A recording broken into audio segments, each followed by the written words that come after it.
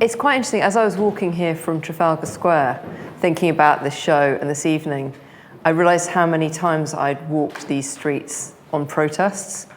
And it's very interesting having this exhibition here, right in what feels like the heart of establishment London, and also having this exhibition by two female artists on a street full of establishment buildings that women have been barred from entering for centuries, literally. So I mean, I think the first time I probably went to Trafalgar Square on a protest was, I guess, the poll tax march in the 80s. I mean, so it's right up to kind of Brexit and everything beyond. So it feels like a very potent place to have this exhibition on display and to be having this conversation. Joy, I'd like to start the conversation really by talking to you a little bit about the transition that happened in your work that brought you to explore protest, because there was quite a significant switch in your work. And I'd love to know a little bit about how that happened and how we come to this point that we're looking at here. Thank you, Hettie. And yes, it is brilliant to be here in this location talking about this work. I think in every artist's story, there's kind of profound moments and moments of change and moments of transformation. I had made work for a long time about architecture and about urban space. And then in 2005, I went back to the Royal College. I had done my master's there to do an MPhil. And I was very interested in looking at the nature of event and looking at the nature of event in urban space. So I was thinking, so 2005, we're not very long after 9/11, 7/7 has just happened in London. So the title, and I see some of my colleagues from that MPhil are here, which is amazing, was looking at the city as a site of fear and thinking about how we responded to fear within the city, to living in a state of fear. So I was thinking about event, thinking about catastrophe, but also within, so I'd set up this kind of structure that I could work in. I'd spent a number of years kind of working as a lecturer and making public artworks. But also at the same time, in 2003, something very momentous had happened to me, which is my younger brother had died very unexpectedly. So within this project, even though I was thinking about kind of world events, of course, I was also thinking about, an event that had really affected me in this incredibly emotional way. So, I'd set up this structure, but in fact, I was making, work about precipitous personal things as well. So within the research structure, I started to look at crowds and how they were reacting to events within the urban space. And I looked at all these different crowds, and I made all these different archives. So I looked at mourning crowds and celebrating crowds and crowds as spectators. But the ones that really I had felt a personal kind of connection with were the ones that were protesting. And I think that was to do with, I was interested in, how you could change something. And that was connected with, things that were going on in the world. And also because I was going through a kind of period of grieving and a period of mourning, I think when you go through something like that, you do anything to go back and change something. So there was this real personal recognition of what these protesting crowds were doing. So when I came to this research project, I just honed in on the protesting crowds. And, at that time, I didn't particularly want to speak about my brother or having lost him. So, it was very much kind of set up as an objective look at why people protest. And in fact, for that research project, I started to make the very first drawings of different protesting crowds. And the first ones I made were of the Iraq War in London and in San Francisco, and also mourning crowds of the Columbine protests. But the end point of my MPhil was, of course, a research project, and it was quite objective, and there was also a set of models and films. And it wasn't until 2010, 2011 that I came back really and honed back in on the protesting crowds in relation to Occupy and in relation to the Arab Spring, and started making these ink drawings. And then I kept on making those, and those are the ones that I showed with Ingrid and Pierre, and I'm still working on now. So, sorry, that was a long answer to your question. No, this is what we're here for. No, it's really fascinating. I'd just like to. There are lots of things that I wanted to respond to in that, but I'm just going to move on just to talk with Nick actually about his mother's work, because I think this blend of the personal and political really comes into her work and this body of work as well. I'm sure we've all seen your film, so we've read, I imagine, a fair bit about your mother's work in relation to abortion. I'm really interested to know about the FGM works, because I wasn't so familiar with those. Could you tell us a little bit about the circumstances surrounding, because I think they're quite interlinked in time. They kind of come a bit later. Quite a bit later. And FGM is not something she had personal experience of, whilst abortion was marked her entire life from a very early age, as a teenager. But FGM was really something that she started to learn more about. She obviously was always aware that it was happening. It was called circumcision, I think, then, weirdly. And already, still. Yeah, female circumcision. Still called female circumcision. And what grabbed her most, I think, in learning about it and reading about it, was that it was something done by not only women on women, but women in the family. The grandmothers and the mothers would do it to their daughters before their daughters really understood what it was that was happening to them. So this, to my mother, who, you know, if the only other thing that she worked as hard as painting on was sex, so this was a big deal to her. It was the biggest betrayal, I think, that she could imagine. And but it also talked about, to her, sort of kind of talked about family life and the conspiracy and the treachery of families, which is one of her favorite subjects. But the abortion thing was much more personal and much more, and made her more into a more targeted activist, I suppose, which is something she hadn't been. She did a lot of anti-fascist pictures in the 60s and 70s. She fought the fascist dictatorship in Portugal and was exiled to England for a lot of the time, and had to be careful when she returned to Portugal, which is why we didn't see much of her at that time. But the abortion thing, she really, really, really believed in. And when it happened, it was 1998, and I saw her at Sunday lunch, because it was happened on a Sunday. And she was so excited because finally Portugal was going to do something. You know, England passed the abortion bill. It was the Liberal, Steele, that passed that bill in the 60s, amazingly. So it's the first bill. He was a young man. But Portugal was still obviously a fascist dictatorship then, and it took until 98 for them to. It was the Communist Party that brought the referendum. The Socialist Party decided to accept the idea of a referendum in Portugal. And the Prime Minister at the time was a guy called António Guterres, who now runs the United Nations.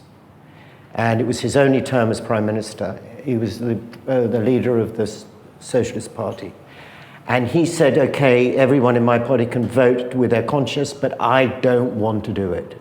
You know, António Guterres is one sort of He's a mensch in almost everything else, but not in that. And my mother was very excited. The following Sunday, because we used to meet every Sunday for Sunday lunch, she'd make a big pot of lulas, which are squid. Oh my God. I miss her, but I miss those lulas. And she was furious the following Sunday because it was held, the referendum was held on a sunny day in June. Everyone went to the beach.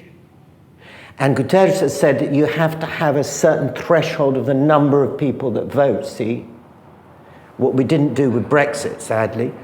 And it wasn't met. So because that threshold, not enough people voted, they didn't pass. It didn't pass.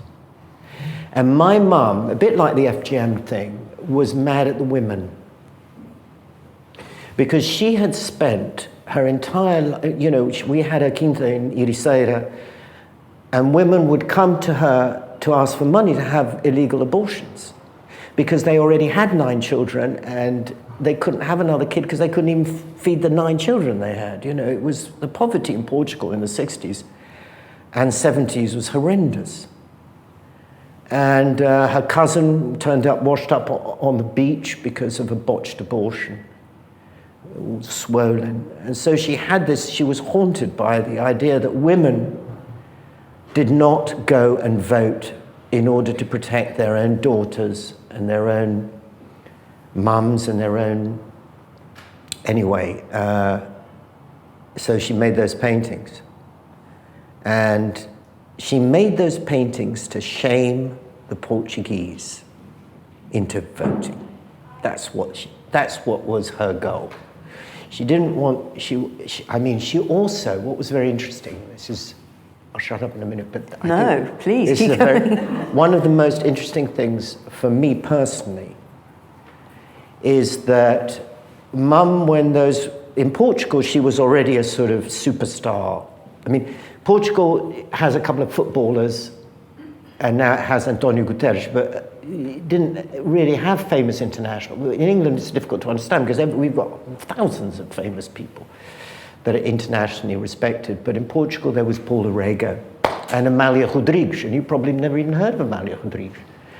So she was already very well known. And when those pictures were shown in the Gulbenkian and other respected galleries in Portugal, it was a sensation. And of course she did interviews, and the only question that she was asked, or the first question she was asked is, did you ever have an abortion? And she said, of course, no, of course I haven't had an abortion. And she lied about that because she knew, cleverly, that if she made it about her, it would undercut the whole thing. Yeah? So it become a scandal. So then it becomes, it's just Paula doing her thing, trying to get round her own. And of course that's how the press works very often. So she said, no, I did them because of the referendum and that women didn't vote, and then she just talked about that. And so when they replayed the referendum in 2007, and in my film I actually went and spoke to Jorge Sampaio, who was the president at the time, and I asked him, did you think it made a difference? And he said, yep, that's what swung it. And that is the only tangible example that I can think of an artist. We think of artists maybe having an effect on politics and society, and we think of the 60s and in America in the civil rights, and we think of Bob Dylan, but that's one that I think of, that actually she did that and it changed the law, helped to change the law. When she did the FGM works, was she thinking of those as being protest works, as works that were imposing political pressure in the same way, or was it more her exploring that subject, as you say, as something of this bad heritage passed from woman to woman? She wanted to, they're very shocking, they're over there really. These are kind of a little bit different. they are, they're designed to shock, to bring attention to the subject, because it wasn't being discussed much at all. And it was happening in England at the time, probably still is. Don't know, we don't talk about that much anymore either. And it was being accepted because it was a cultural thing. You know, it was sort of glossed over because, and so so yes, I think it was more to do with her coming to terms with the anger she felt about it, rather than directly targeting, because there was no bill, there was no, you know. So, well, you mentioned the arts ability to provoke change, political change, but I'd like to move on to Ingrid a little bit, because Ingrid, for a very long time, you were involved with Peer Gallery in East London, which was an extremely, I mean, it's a terrible phrase to use, I can't think of a better word there, but socially integrated arts institution. You were very much embedded in your local community, and I think had a kind of, certainly from your perspective, a mandate to, to improve the condition for the community around Peer, and to engage with people, and also quite often discuss quite political topics.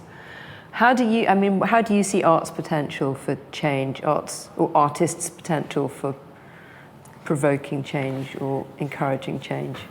It's a really, really difficult one to answer, because I don't want to fall into the trap of saying art has this, it must carry the banner for the repressed and the downtrodden and this, or it must have an agenda, because I actually very firmly believe that art shouldn't have an agenda any more than, dentists or plumbers should have agendas to promote, or you just said provoke change. In our emailing, you said promote. And so it's always a tricky one. I positioned myself personally, and therefore the organisation, where it was, simply because I felt that's where I could work well. I knew personally that I wasn't an institutional creature. I couldn't have gone through the ranks of the great institutions like Tate, because I really feel quite strongly that I wouldn't have lasted too long. So I had to kind of, in order to follow my ambition to work with artists and work with really damn good artists, I had to somehow pull it out of the bag myself. And I was extremely lucky in the beginning I had the organisation, I was employed, there's a sort of misconception that I set it up, but actually I didn't. I was employed by what was then called the Peer Trust, and it did have a bit of a history, and it had support from the Glasshouse Trust, which was one of the Sainsbury family charitable trusts. And so I don't want to go too much into the background, but just to make clear that it wasn't my baby to begin with, but the funding from that source kind of it's gradually stopped over a number of years with completely happy agreement about that. And I then set about trying to find new ways of working. I'd always worked very closely with the community, and I forged partnerships with Shoreditch Trust, and I reached out to people because I found out very, very, very early on that you have to work in partnership and collaboration as a small organisation, or you just don't survive. I never really had it on the agenda in the kind of political with a capital P to be activist, or there are other organisations who do talk about the work that they do in a much more like we do socially engaged practice, and we do activists. Artists often self-described as activists and educators, but I didn't want to pin Peer down too much by those distinctions. I wanted it to be much wider. So on the one hand, we could be showing beautiful abstract painting, and then another moment we could be providing a support platform for Andrea Luca Zimmerman and 6 weeks of activity around social housing and homelessness. So, but I haven't really answered your question, but I don't think artists do have any kind of social responsibility other than, but they often do. I think the balance can be difficult sometimes as a curator when I see artists who are foregrounding their beliefs and their sense of political engagement or activism in advance of the work. Sometimes the work can suffer as a result. As a curator, for me, it's not okay just to be giving out the right messages. You have to give out the right messages, and it has to be the right context, and it has to work. I mean, I think both Joy's work and Paula Rego's work are extremely good examples where there's no doubt whatsoever that the personal is political, but it's in an extraordinary balance where the art is not forgotten about. So I've got some notes here which I probably won't read out, but I'll leave it there. And if anybody's not familiar with Peer, you can have I did leave at the end of 2001, and we did do a book. I didn't mean 2001, 2021, and I did do a book in 2001 called Art for All, which is, very old now, but it's a very interesting project which looked at the social responsibility of the artist at that time, and at that time meant in the context of New Labour and what New Labour was trying to do in terms of arts funding in the instrumentalisation of the arts, which is a whole other conversation that you may or may not want to pick up on. Well, we can. I guess we can talk more about that later. I actually wanted to kind of shift onto something. Sorry, this wasn't in the notes that I sent you. You can get cross with me, but I was thinking about something that popped up in your lovely essay about Joy's work, which is looking at the aesthetics of protest. And there was a really interesting point that you made in your essay about CGI and the fact that there was this birth of digital multitudes that happened in the late 90s. I mean, I think the first film I can remember having CGI crowd scenes was Gladiator. And suddenly what that does and I was really interested by the possibility of what that then does to how we see a great mass of people, because we become very attuned to it. I'm sure you were kind of thinking about this in relation to Joy's work when you were writing the essay. Absolutely. I think what film has brought, new technology in film has brought, we almost expect it or become complacent with the idea of these mass crowds, which before the CGI technology would be quite extraordinary. They could have only been created through art, in a way, through the imagination of the artist now. But it was that came out of a conversation with Joy, but also in terms of perspectives and sort of like the idea of drones and what we now take for granted almost is in our images of crowds that we have served up daily to us in news or on any kind of. I'm pretty social adverse to any kind of Twitter or Instagram for quite a lot of reasons, but so I'm not as engaged with it as many people. But spending time with younger people, I'm really, really fascinated by the brevity with which they engage with things before they move on to the next thing. And as I say, it came out of a conversation with Joy that I was really fascinated in your work, how you came to use what the CGI image and the idea of the cinematic in your work. Nick, as a filmmaker, I mean, when we look at a lot of Joy's works, they've got a very cinematic point of view. Yes. And there's obviously a politics to the way that you present footage of a protest.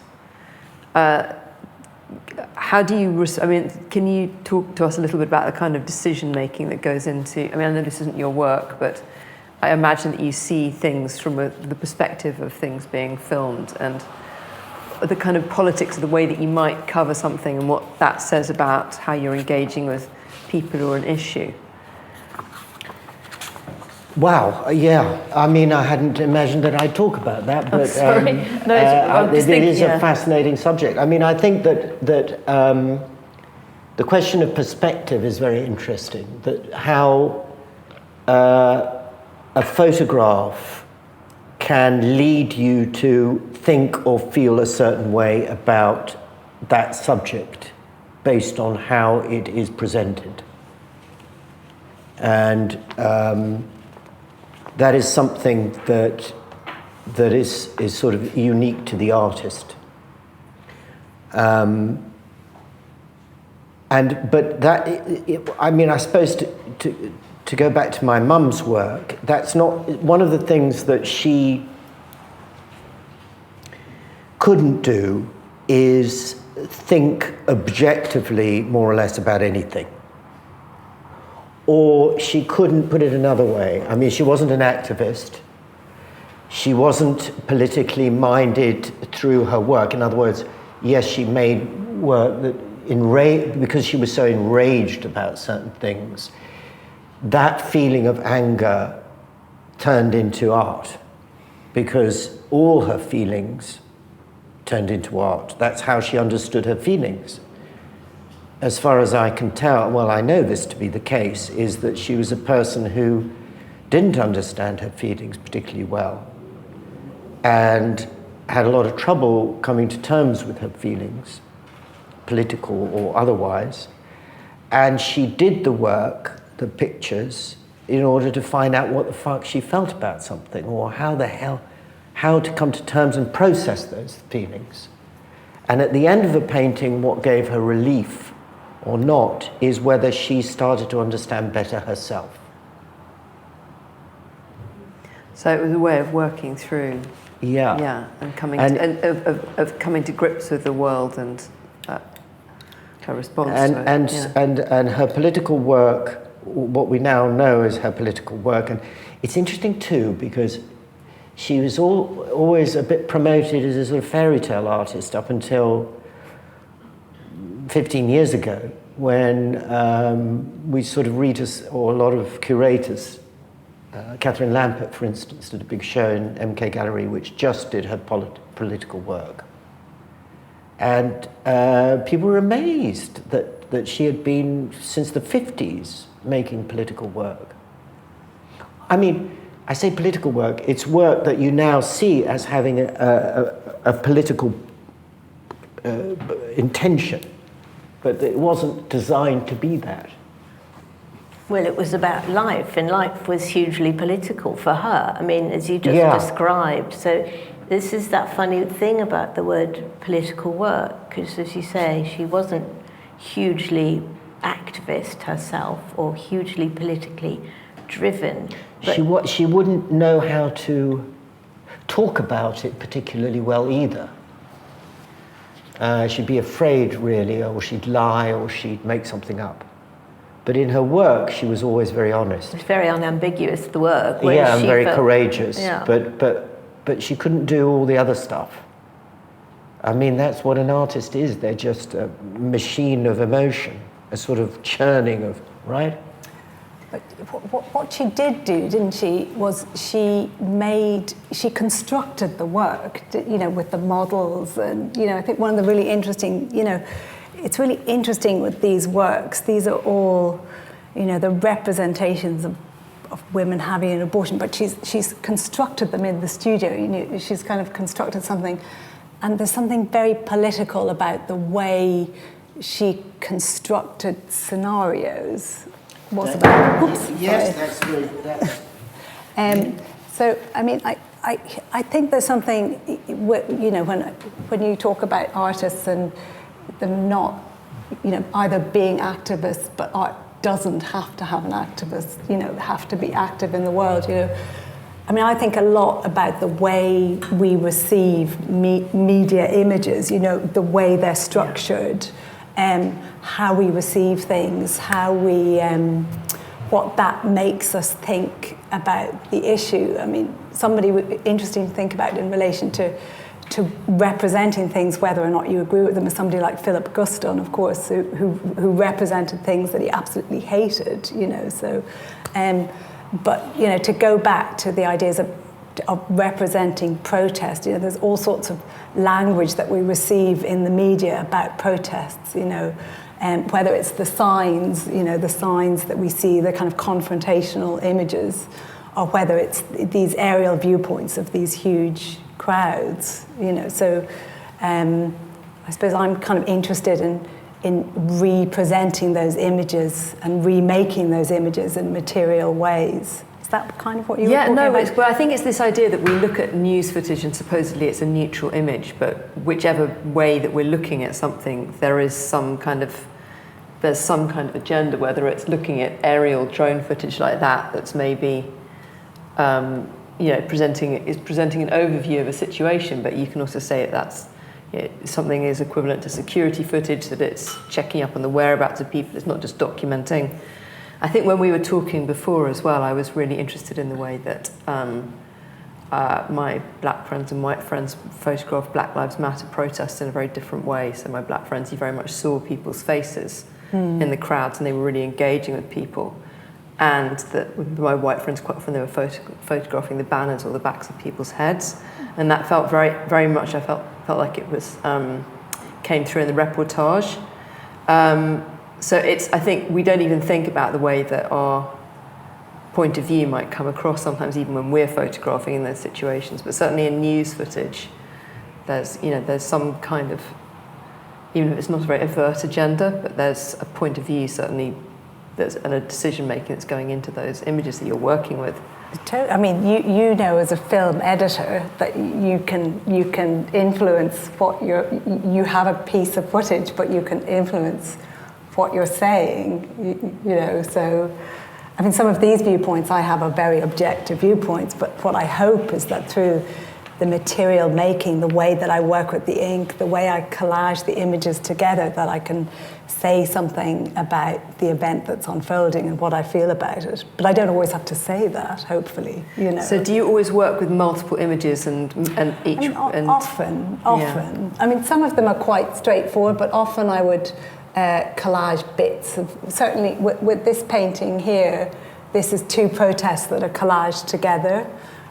So the first one was from when the leak happened for Roe versus Wade at the end of May of last year. And the second one is June 24th, 25th, and this is in New York. And I used some of the photographs that I took myself when I was at the protests and some of the views from the previous protests. So it is two collaged together. So, so I quite often use, Paula used collaging all the time, didn't she, to remake things? But some of them would be quite straightforward aerial viewpoints. I might stretch them or squash them or make the crowd a bit bigger, but they will be recognisable as the media image that I found. One of the things that brings to mind, one of the things my parents used to say to me as a child, it's not really a children's conversation, I suppose, but anyway, they would say, you'll have to fight the same battles over and over again. Every time you think you've won something, it'll come right back before you even know it. And Roe versus Wade is one of those examples. And it brings to mind your pictures that these are things that have to happen over and over again. Because the crowd is actually a symbol for, not only in a democratic world, even in particularly in a dictatorship, is the only thing that the authority fears, right? It was the only thing that Rome feared, was the crowd. And Tiananmen Square is a very good example of the terror of authority. It didn't particularly work in that case, but in the Arab Spring it seemed to work, or started to work. And it's a powerful symbol, isn't it? You get enough people together, it can make a difference. I mean, definitely. That's why I make work. That's why I make work about it, because it makes the issue visible when there's it doesn't have to be a huge crowd, but when the digital multitude becomes really present in the street, and that's something that's a real physical thing. There's a really interesting book called On Tyranny by Timothy Snyder, and he talks how important it is for bodies to be present in these urban spaces, so that there's a real physicality to it. It's not just signing an online petition. That there's this presence, and that's important. But what we then did you see this article that was it was in the Guardian last week, which was on the 20th anniversary of the march in 2003 against Stop the War, and I remember, I was at the march, and I remember seeing the photographs of the march the following day, and it was before CGI had got to the point where it was really, and I just could not quite believe that image. And so in the article in the Guardian last week, there's that images in there, and it is a very, very, very powerful image.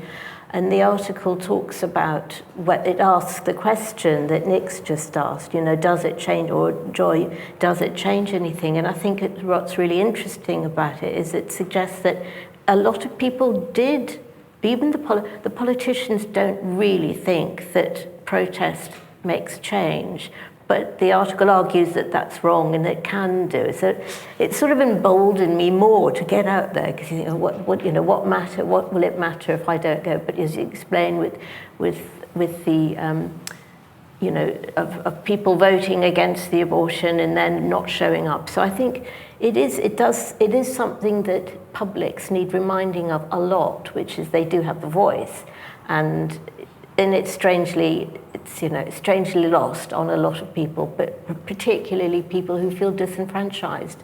And just very briefly, this idea of disenfranchisement in peer, which is how you can present art to people who feel disenfranchised, perhaps, which a lot of people in the local community around peer perhaps did. And it's being very public, and it's not really to scare people off about going into galleries, but you could view this inside from the outside and maybe entice people inside, and then from that experience entice them to look elsewhere, even go to Trafalgar Square to have a look at the galleries there. So that's all part of the bigger kind of picture that I was trying to work on when I was director at Peer. So I was really interested, because actually the next thing I really wanted to talk about is the fact that obviously we're seeing these bodies, but what they're butting up against is the hard surfaces of the city. And one thing that's really interesting about Peer is that it's spilt out. It had this kind of permeable membrane. So you have the garden and you have the clock, and you have, so Peer expands out into the fabric of the street and into the public space. And you have this great big shop window. And we're next to the post office and across from the community college and all those things which make up your sort of, the high street, the local high street. They're sort of key elements to any healthy society, and that should include art, hopefully. But I particularly wanted to talk about, because you were very interested in architecture well before you started to do the work on protest. And there were some works that were much more kind of clean and industrially produced, and then with these works we're much more aware of your hand being involved in them, and this is being the production of a human and human decision making, and there being that fluidity and that abstraction that comes into them. But I particularly, there's lots to talk about the body in the city, but I'm particularly interested actually in talking about the female body in the city, and this echoing of the patriarchal structures that Paula engages with in her work, in terms of, I guess, more like the unseen, the church structures, the familial structures, the political structures, and the patriarchy writ into architecture and surveillance that really comes into your work a bit. I mean, all the work I think all the work in this show is about women's bodies, isn't it? It's all about women's bodies, and I was thinking particularly about this work, which I guess is in response to the Sarah Everard to Barrier, which is it was the Sisters Uncut march the day after the Sarah Everard vigil. I mean, it's funny. I'm really interested in, anniversaries and memorials, and tomorrow is the 2-year anniversary of Sarah Everard's murder, actually. So, when I made this, I had wanted to make this piece was for this show called Precarious Freedom, and I had wanted to make a physical structure within the space. And originally, I thought it would be a different image that I had taken myself at an International Women's Day protest in Paris just before lockdown. And I was making this work in early 21, and then, of course, this incredibly tragic murder of Sarah happened. And then the facts about it emerged, and so I was in Belfast at the time, and lockdown was happening, and I was observing the protests that were going on in London, and I decided that I would really like to make a piece. I wanted to respond to what had happened, and there was a great deal of helicopter footage of this particular protest, which happened the day after the vigil for her, which was so heavily policed and so violently policed as well.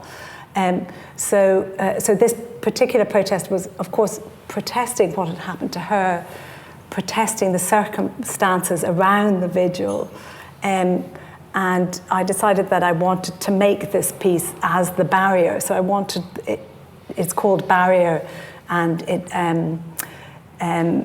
in an ideal world, I'd quite like them to be 2 or 3 in a very big space, so they become much more kind of stop points. There's something that we physically encounter. So it was very important for me to make this piece, and it is about the patriarchal structures.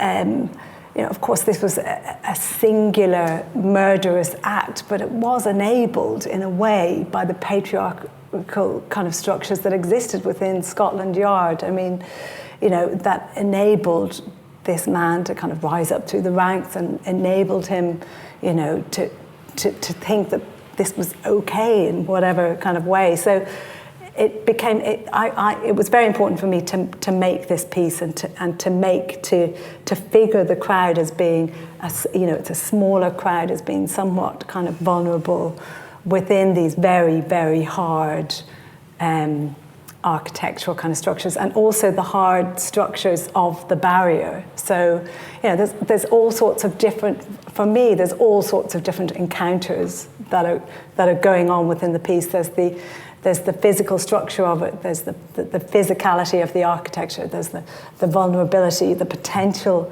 of, the violence to women, there's trying to make, as you talk about it, that we're not necessarily activists, but we do want to do things through our work. So I wanted to look at this piece and to think about barriers that different people encounter. So there's multiple things. It's quite a complicated piece, actually. And then it's also, it is this ink on canvas that's made very, it is a lot of physical, of touching it with my fingers and dropping wet ink. So there's a lot going on in this piece, yeah. But I think this whole thing of like the physical structures echoing the kind of the underlying social structures as well, which is, with Paula's work, I guess the closest echo I'd see to that is perhaps her relationship to the church, and the way that the church appears in the work as both a physical structure and a social structure as well. This is part of the church is the first or the most powerful brainwashing form of subjugation of women. So she picked up on, obviously she was brought up in a Catholic country, which was also a fascist dictatorship run by a military patriarchy. And I remember she wasn't able to travel without the permission of either her husband or or her father. She wasn't allowed to have a bank account. She wasn't allowed to earn money. It had to go to the man of either her father or... So when she sold a painting in the 60s, the money had to go either to... And even in England, was it Joan Bakewell? It was one of those very powerful journalists who got a job in the 60s, and she wasn't allowed to open a bank account, even in London. I wasn't allowed to buy get a mortgage, you know. So this is something that is very much in our lifetime, that women were treated in this way. And part of the FGM, and the reason I mentioned that she was interested in how it was women that carried out these heinous acts on the people they loved the most, is that is evidence in part of the brainwashing that happens, the kind of, you know, the Stockholm syndrome that forces women or convinces women, persuades women to act in this horrible way. And that fascinated her because she experienced that herself in her own way as she grew up. It's terrible. And it's so recent, and it still happens, you know. But I mean, it's so interesting, 'cause both talking about the culture in Scotland Yard and this culture that you're talking about now. It is this thing of not being able to see the possibility of change. And the number of times, even in the 90s and noughties, that I would go with Mum to a private viewer, that I heard artists, curators, people, intelligent people, often say to her, "Darling, you know,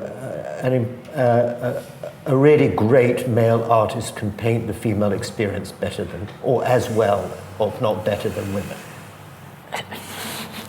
I mean, they would say this to, and she'd go, "Oh yes, I love Dubuffet," or something, or she, "Oh, I like Picasso and Goya, yeah, he was really good."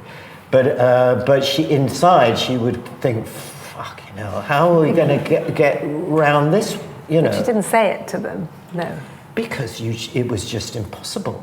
Yeah. I mean, I remember an art critic who shall become nameless for fear of embarrassing Timothy Hilton, who came to her studio and said, "Oh, darling, you should just paint with 3 colours. I mean, I don't know why you would." And she heard him then, and she did. She tried to paint with 3 colours only for about a week, and then just thought that was stupid. And then she was at a party, and she overheard him in the kitchen saying that when she became famous later, that he knew Paula Rego before she was Paula Rego. So you see, this thing is that men are just convinced that they just know better about everything. I mean, I'm afraid they still do. And I'm saying, I'm sort of a man myself. It's a bit awkward and unfortunate that my mother can't be here. But I've been witness to this for all my life, and God, it hurt, you know? It hurt because I felt for her. Well, I think that this all brings us neatly back to how important it is to be able to visualise change in all these bodies on the street, and the fact that suddenly, actually, as Ingrid said, kind of being in this mass of bodies suddenly makes you realise that actually there are other people sharing my experiences and my feelings, and actually we might be able to change something.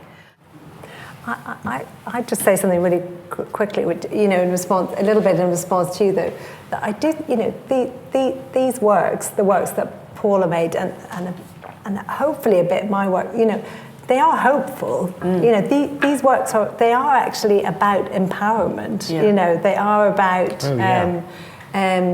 defiance. Defiance. They're about defiance. It's about self-preservation. Yeah. So there is a real positivity. You know, there's this was a reaction against a truly awful kind of event, but you know.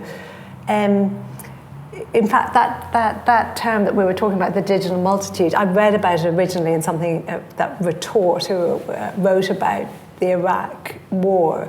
And they also talked about something called weak citizenship, but actually... Weak citizenship. Yeah, and I kind of wonder a bit if like the digital world kind of like is almost encouraging weak citizenships. They were talking about how, you know, the powers that be would like weak citizenship because then everybody's subjugated and they're all happy and they're all kind of staring at their phones, whatever it is. Wow. But actually, I don't believe in weak citizenship. You know, I think that there is the potential for change. So, you know, so it's you know, this engagement with the person that's viewing, it's kind of, you know, these women have made the choice. They've chosen this path of freedom. You know, these people are going to fight against Roe versus Wade, and they're going to keep fighting. So, yeah. I just wanted there to be a kind of yeah. Well, I mean, I think maybe positivity. that's when we talk about art's potential for social change. What actually art possibly has in common with protest is making the unspoken visible. It's making things that are otherwise quite hidden and private, and putting them into the public sphere, making them something that you can engage with and possibly disagree with, but they're introducing it. So I mean, you know, the idea of making women going through the experience of abortion visible in a way that's not horrific and not covered in blood. Well, these are backstreet abortions, yeah. which was pretty horrific. Interestingly, when she started... But I mean, they're not gory paintings. They're very much, as you said, there's a No, defiance she didn't want to put them. blood. Yes, It's to do with self-preservation. Yeah. They're having to do it, and look what we're making people do. Yeah. This should be something that's done by a clinic so they're safe. But I mean, there's definitely a humanity and a defiance to it as well. It's as opposed to, they're not. All I mean is, it's not like a kind of Hollywood thing where it's like, oh my god, it's so dramatic, and it's very interesting. human. António Guterres, in his first term, only term as the Prime Minister of Portugal, who opposed abortion, clinical, you know, making it safe for women to have abortions. He passed a law that is still the only country ever to do this, in which he decriminalized. This is 2 years after the abortion. This is in 1999, so it's the year after. He passed a law that decriminalized all illicit drugs. Heroin, whatever it was, in Portugal, from that day forward, this is 21 years ago, you can, if you're caught doing any kind of substance, you're offered help, you're offered a home, because it's called what he called harm reduction. They now all call it harm reduction, but that was the first time it was ever coined, because he said you've got to look after people properly. And you've got to give them safe, you know, if they're taking too many drugs, then they're at risk. But he didn't want to do it for women. Yeah. I mean, come on. Nonsense. Bonkers.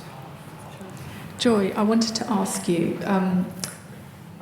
showing this work, or having the opportunity to make work for this exhibition, we've talked about this, but could you talk a bit about how making work for a show that is with Paula Rego has impacted on your practice?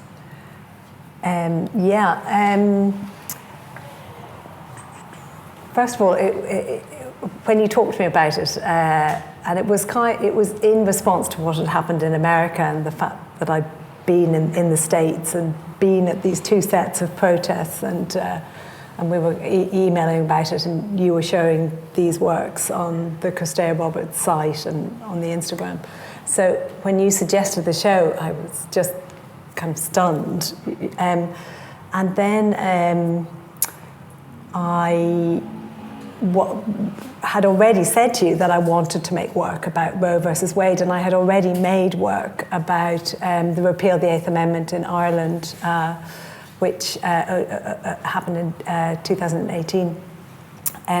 So, you know, this is a subject that I was very passionate about, but when, you know, never having really thought about the possibility of showing alongside Rego, and then I also watched your incredible film about Paula and the way she she spoke about this work and the way she told stories. So what it did make me do was to make, was actually to pull in closer to the subjects. So a lot of the work would, you would know what protest it was because of the title and because of the location, but the second work along Our Abortions, it's completely, I wanted the work to be very specific in order to respond to these works. So I wanted the signs to be specific voices, to be the voices of the people, and to make those visible. And that, I felt that was really important to have, to respond to the visibility and to the power and the poignancy of these works. So yes, making work for this show has been transformative. Actually, this is one of the more specific works I've made, and I'm going to grapple with that more and push that more and make more work about it. So, having this opportunity it changed the works here, and I think it'll have an ongoing effect as well. Yeah. I was wondering why you use ink for these works to depict these images. Another thing about that I really responded to in Rego's work, and that she talked to a lot, but was how important black was, didn't she? How important the black of the black is. So, obviously, when I look at these different protests, I make translations, and the main translation is to turn it into monochrome. It's a device. It's a structure or a stunt even. So, I had used the ink to make the tiny pieces, and I used this hand ground ink that's it's this incredibly, it's the only material that I found that has this incredible matte black colour that kind of pulls the light in. In 2015, when I was making the work for Peer, and I wanted to make, to have a material change and to have a change in scale, it was really important. I experimented with the same ink that I used on paper on this very, very finely primed canvas, and it was kind of transformative. I was able to translate the tiny, incredibly detailed drawings into these much bigger scale, but use the same material. I mean, it's not easy to use, but it gives me this density and this liquidity. So it's mixed with water. They're incredibly simple. It's just black ink and water. There's no white. The white that you see is just the white of the paper or the white of the canvas. But that might all change soon. I was also interested by how it related to newsprint as well. Yeah, it's a graphic language. Yeah. It's kind of the black and white language.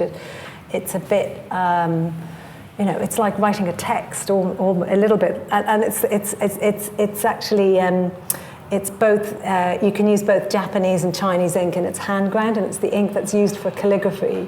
So it's hand ground. I spend about an hour every morning. I mean, sometimes I have an assistant to help me if I'm really busy, it's very meditative. But it's what's used in that gestural for calligraphy. It's the same material, so it has this density. It's made out of coal. It's made out of organic substances. So wonderful to see the work, and I came when the space was empty a week or so ago.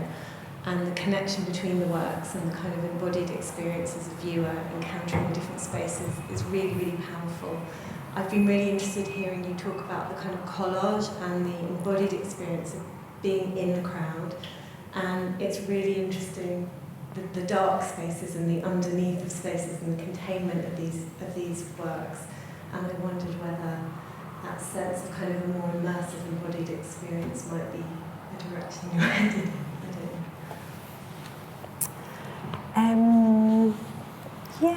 I don't know. I think I have to absorb a bit out of this show, actually. I made this work this piece I made in early 21, the protest about Everard. But this work I made it very quickly and very recently in the work around the corner. So I did work very intensely on this work. And I do think, something to do with embodiment and telling of stories. I think there's something about, you know, these pieces and your film and the way Rego told stories that I'd like to think about more, but I don't really know. We'll see. But it's, you know, we'll see what happens. One of the things that when she was setting up these poses, because eventually Mum admitted, the first time she admitted that she had abortions publicly was in my film. In fact, it took me about 8 months interviewing her every Saturday for her to finally admit it, because by then the fact that she'd had an abortion didn't affect, the law had already passed, and so it wouldn't have corrupted the vote, obviously, or in any way. But and she had many abortions, you know, when she was a teenager, even. I mean, amazing, really. And but she said when she was setting up these poses, which came from bitter experience, and she reliving. We have a word called triggering now, don't we? That things. Well, she actually does it all the time on purpose on herself, so that she has something to paint. And she found that. She said, "Oh my God! They're exactly like the Slade life poses when she was at the Slade in the 50s. Bill Coldstream, Lucian Fry, you know, they would set up poses with the women to draw the women, and that's what they were like." And she said, "My God!" And of course, that was at the time when she was having, and all the girls. Because there were as many women as there were men at the Slade in the 50s. And she said it was, everybody trying to get abortions then. It was horrible. I'm so glad you talked about that, because I was literally just about to turn around and say, when did she first start talking about it? Because she was quite vocal recently, I think, around the Roe versus Wade, wasn't it? She did, because she was weak, because of that thing that you'll have to fight this battle over and over. Yeah. And she was horrified by that. You know, because America used to be a country which would start the ball rolling. And it goes back to that thing that you were saying, which is that the artist doesn't have a responsibility to have any kind of activism. But the artist is always the first one there. You know, my dad used to say they're like explorers. They're the people that first go to the places we wouldn't dare go and bring back a picture of it. And then we all go, "Oh my God." And that opens the door. Politicians are politicians are the last people to get there. Well, it's certainly true for property development, as we all know. That, you know, I mean, yes, where artists go, where everyone else will follow. No, yes, you're exactly right. Artists are the explorers, and they do take the risks. And so the rest of us can sit back and watch the artists take all the risk, and once they've done it, the crowd will follow. But once the crowd follows, of course, the best artists have already moved on, haven't they? So, yeah, we're so used to using terms like avant-garde, we forget what they actually mean. Yeah. I mean, that's actually what that and in Portugal, they put them in prison. And they do that now in Turkey, and they're doing it in Russia and China.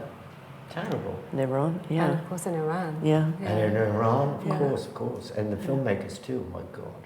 Yeah. Having attempted to end on an upbeat note 10 minutes ago, I think I'm going to pull that all together and say thank you so much, everyone. That was really fascinating, and there were all kinds of amazing things that came out of that conversation. I was very stimulated by listening to you all. So thank you so much, Ingrid, Nick, and Joy, and to the gallery.